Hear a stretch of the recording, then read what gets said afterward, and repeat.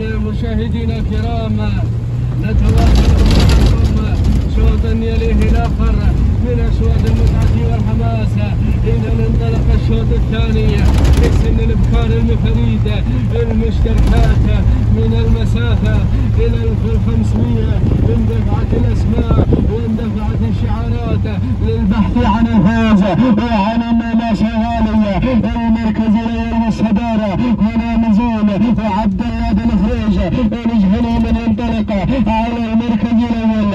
المركز الثاني الوصول والقدوم من سيوف واحمد بن حامد المغربي هنا من يغير بدوره الى المركز الاول والى الصداره الاولى.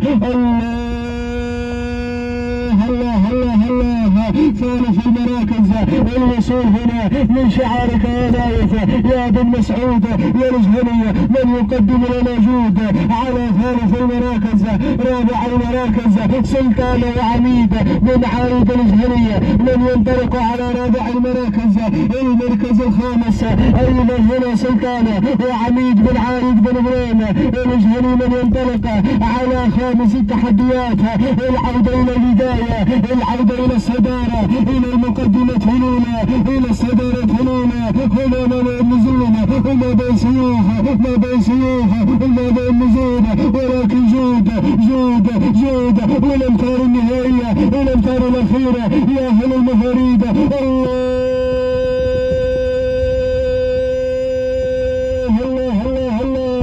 جود الامتار الاخيره، جود الامتار النهائيه هنا معك يا نايف يا بن مسعود يا الجهني. هنا من ينطلق انطلاقه الفوز، انطلاقه النوماس مع هذا الشوط. الله ما شاء الله عليها، ما شاء الله حواليها. الى النايف بن مسعود الجهني هو عنوان هذا الشوط مع جود. تهانينا والف مبروك لمالك جود نايف بن مسعود الجهني. تهانينا والف مبروك.